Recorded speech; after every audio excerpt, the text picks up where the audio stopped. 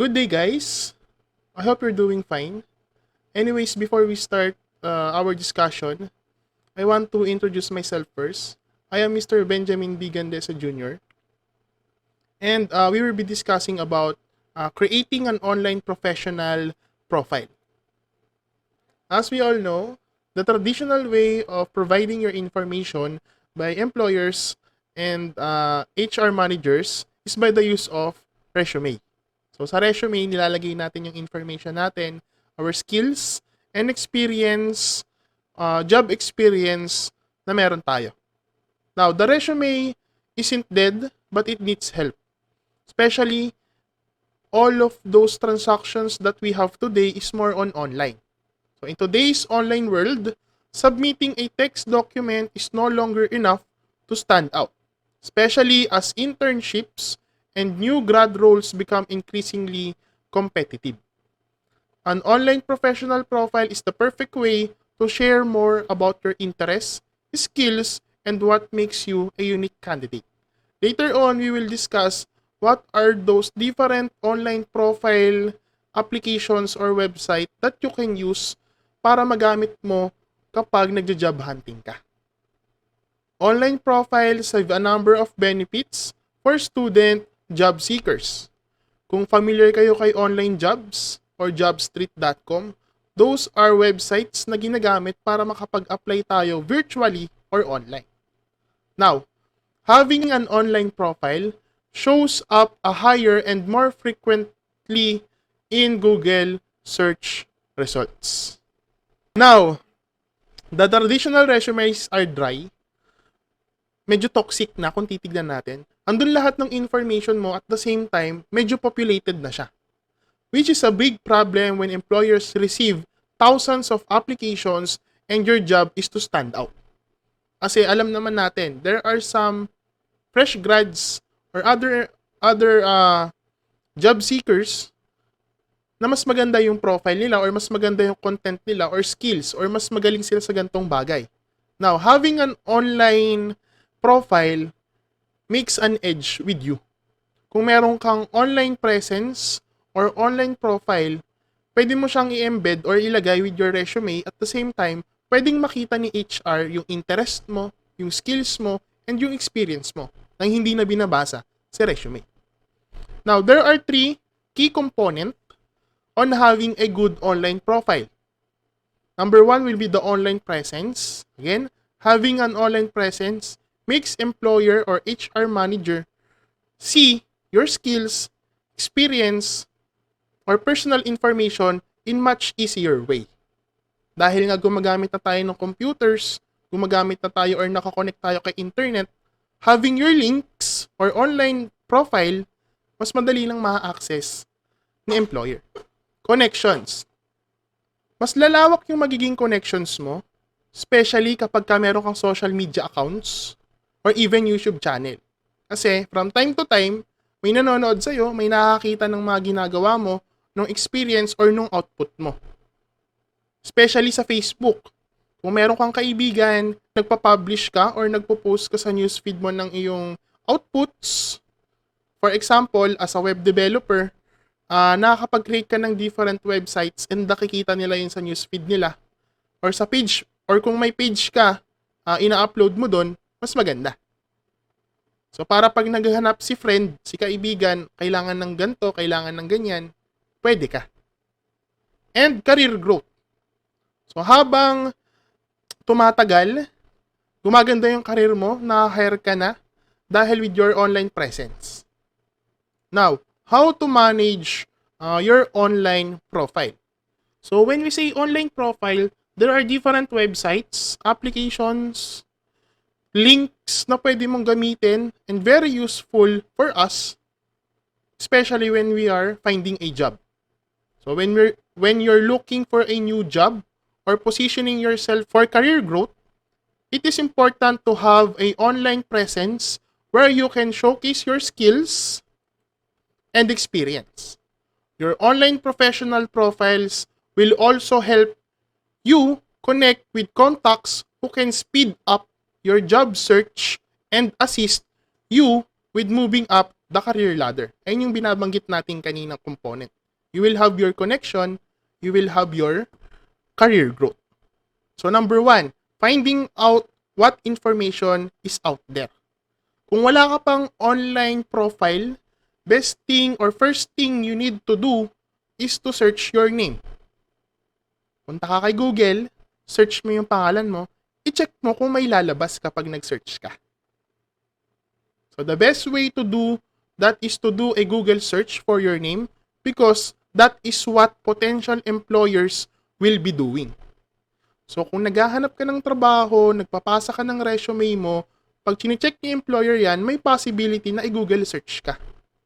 So mas maganda pag gi-Google search ka, may makikita silang links about you.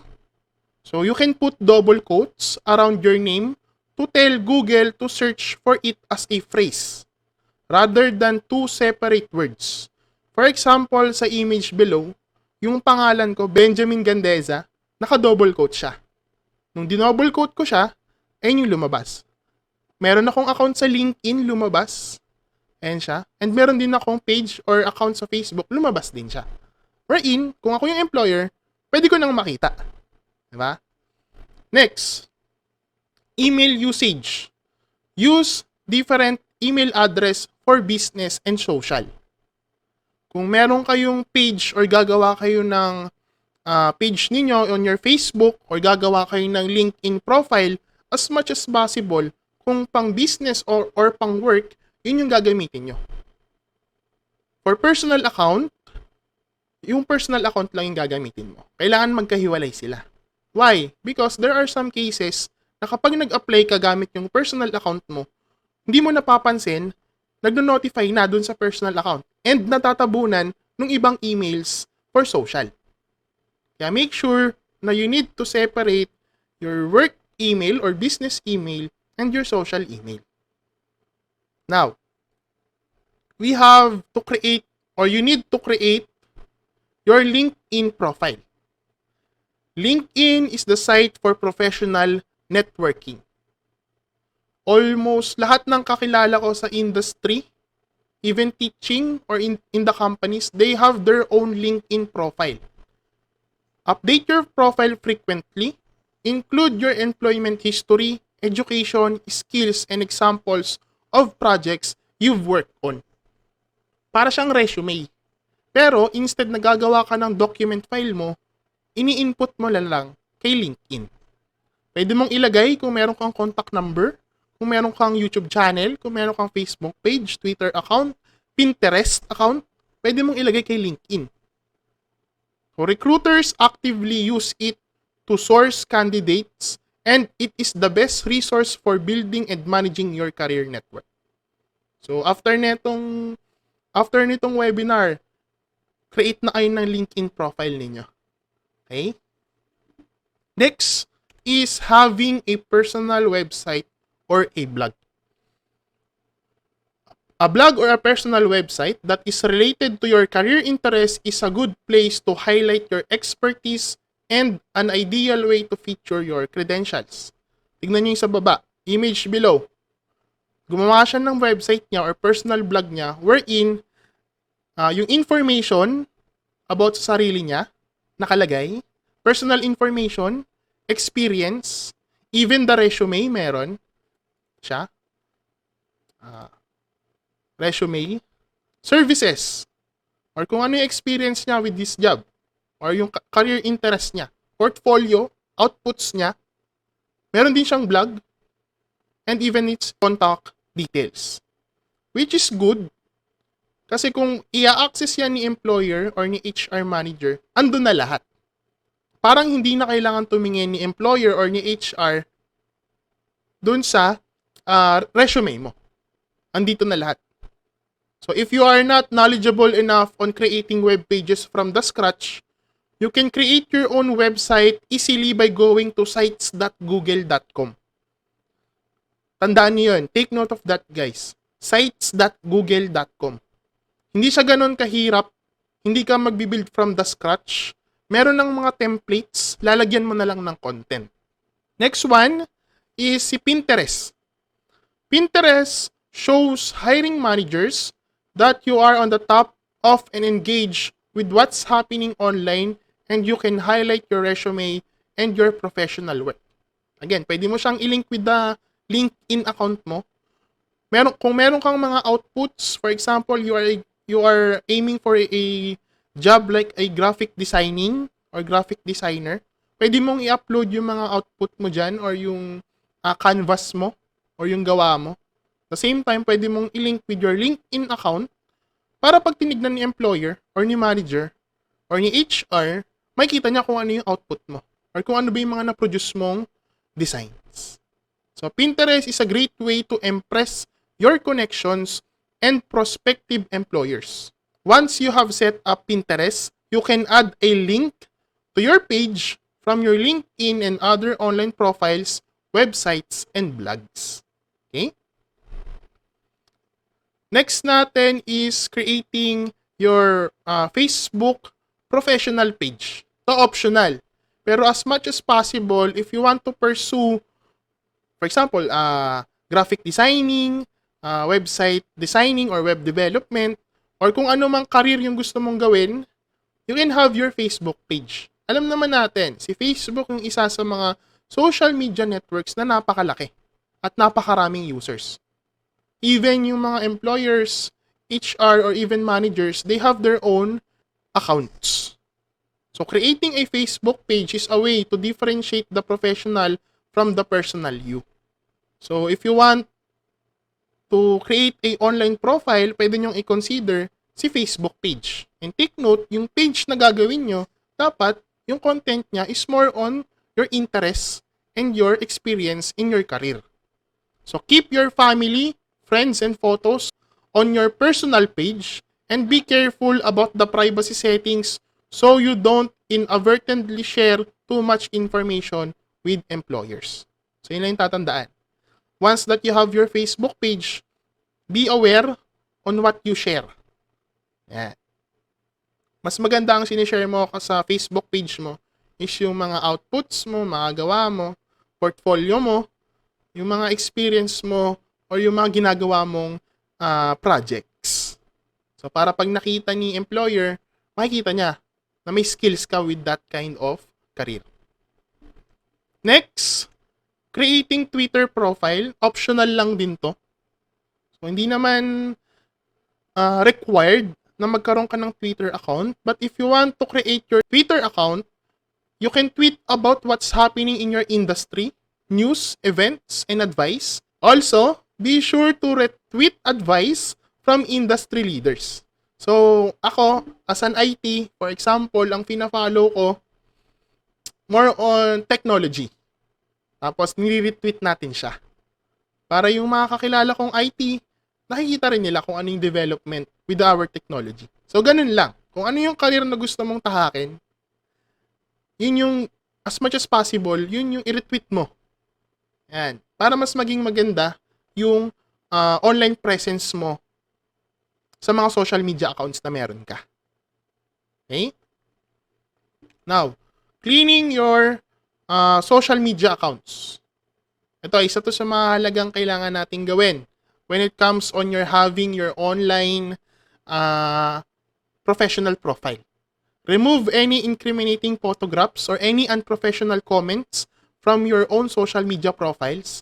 Better still, don't post them in the first place. Marami na akong nakikitang ganito sa Facebook. Ang ginagawa, merong mga employers na kapag nag-a-apply si employee or yung job hunter or job seeker, bago niya i-hire, kine-check niya muna yung personal Facebook account. As much as possible, we try not to post anything na unprofessional. Wag kang mag-post sa newsfeed mo na nagmumura ka. Wag kang mag-post sa My Day mo na babad finger ka, something like that. Or maybe nabash ka. Because anything na ginagawa mo with your social media, especially dyan sa tatlo sa baba, Facebook, Twitter, and Instagram, will affect dun sa pag-a-apply mo ng trabaho. Again, online na tayo, guys. Digital age. Si manager, si HR, si employer, capable na kayong matrace. kahit nasaan kayo or kung anong account yung gamit ninyo. So be aware for that. So remember that employers will probably be looking at all the information you have online. Take the time to periodically check all the information you have posted to make sure that it's acceptable for professional viewing, so you can make sure you don't get any unpleasant surprises during the hiring process. So kung sa personal Facebook page natin, marami tayong masyadong unnecessary comments or posts, as much as possible, as early as now, kung itatry nyo mag-apply, bawasan na natin or baguhin natin yung privacy. So, gawin nating private yung account. Kung mag-share ka man, yung professional way. So, hindi naman natin pinagbabawalan na bawal na kayong mag-share, bawal na kayong mag-like, bawal na kayong mag-comment. Hindi ganun. Ang pinoportray lang nito, kailangan nating maging professional at all times. Kailangan maging respectful with one another. I-apply natin sinetiquette. Okay? Next. I have here my profile on onlinejobs.ph. Kung hindi pa kayo nakakagawa, you can check out onlinejobs.ph, wherein you can create your own resume sa loob ng website. Sa akin, nakikita nyo yung experience and availability ko. Kung gusto nyo mag-part-time, pwede nyo gamitin to, si online jobs. Or kung full-time, pwede rin. And ang maganda kay onlinejobs.ph, bini-verify niya kung legit kang user. So, yun yung maganda doon. So, sa akin, sa verification ko, I have my score of 99. Ang maximum na score, ang pinakamataas na score is 100. So, meaning to say, na-comply ko lahat yung kailangan para maging verified user account ako. So, pwede mong ilagay kung ano yung experience mo, kung may experience ka na with your career, or may work experience ka na, yung education, or skills. Hindi ko lang nasama yung skills, pero during creation ng account, isi-set nyo kung ano yung skills na meron kayo. Next one is jobstreet.com. So, para siyang onlinejobs.ph. Actually, isa to sa mga pinaka-popular or mas popular pa kay online jobs. Now, si jobstreet.com, same with online jobs. You can create your profile. You can create your resume sa loob na ng website. Di mo na kailangan magpasa ng document para sa mga employers. You only need to do is to fill out those information. Yan, for example, may experience as a data analyst and faculty instructor sa isang school. And education, yan, pwede kong ilagay kung saan ako nagtapos. Skills. So, kung ano yung skills na meron kayo, kung more on typing job, kung marunong mag-web development or software development, yan. If you want to create a good online professional profile, pwede mong gamitin si jobstreet.com. Pwede kang gumawa kay onlinejobs.ph. Gawa ka ng LinkedIn account mo. Sa LinkedIn account mo, pwede mong i-embed yung mga links mo or social media accounts mo para madali kang makommunicate. And hindi ko lang nalagay, but you can also add your YouTube channel or YouTube account. So, kung mahilig kang mag-content, parang ako, nagagawa ko ng tutorial sa YouTube. So, you can check that out. Wherein lahat ng lessons before, ina-upload ko doon. Para yung students na tinuturuan ko, once na may question sila, pwede nang panoorin. At the same time, kung mag-a-apply ka, for example, mag-a-apply ako sa ibang school or sa ibang institution, pwede kong ilagay yung YouTube channel ko as my link to my resume. Why? Para pwede nilang makita, nag-tutorial si sir or gumagawa ng video si sir tungkol sa lessons niya. So, isa yun sa mga way para ma-impress yung employer para ma-hire ako. All in all, for our summary, having an online professional profile can help you to step one closer for your job. Tandaan, employers want to hire someone who can produce results. Having an online professional profile with you adds a value.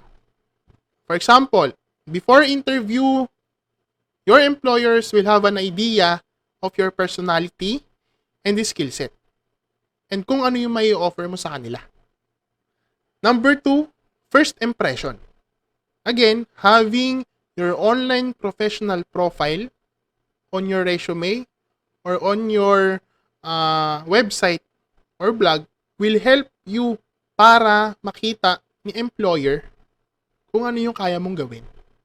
Makikita niya, magaling to, marunong to. Pwede to. Marami siyang idea. Maganda yung projects na napoproduce niya. So, dun pa lang, nagkakaroon na ng advantage. Nagkakaroon ka na ng advantage with other job hunters or job seekers. Number 3, reputation and networking. Tandaan, your portfolio defines your character and personality. It is easier for clients and potential employers to reach out to you. Lalo na kung meron kang social media accounts or online professional profile. Malalagay mo yung email mo doon, malalagay mo yung social media account mo, malalagay mo yung YouTube channel mo, malalagay mo yung LinkedIn account mo, which helps your employer para ma-communicate ka. Again, it is good to show that you have this online presence. Okay, with that, thank you guys and keep safe. If you have time, please follow my Facebook page, Sir Ben and Ma'am Rhea. Actually, dalawa kami sa Facebook page with my partner, my long-time partner. And we have our YouTube channel. So you can access that, youtube.com/Sir Ben and Ma'am Rhea. Diyan kami nag-upload ng mga tutorials namin on information technology. So kung gusto mo maging IT, kung gusto mong ma-involve in technology, you can check our channel. Thank you!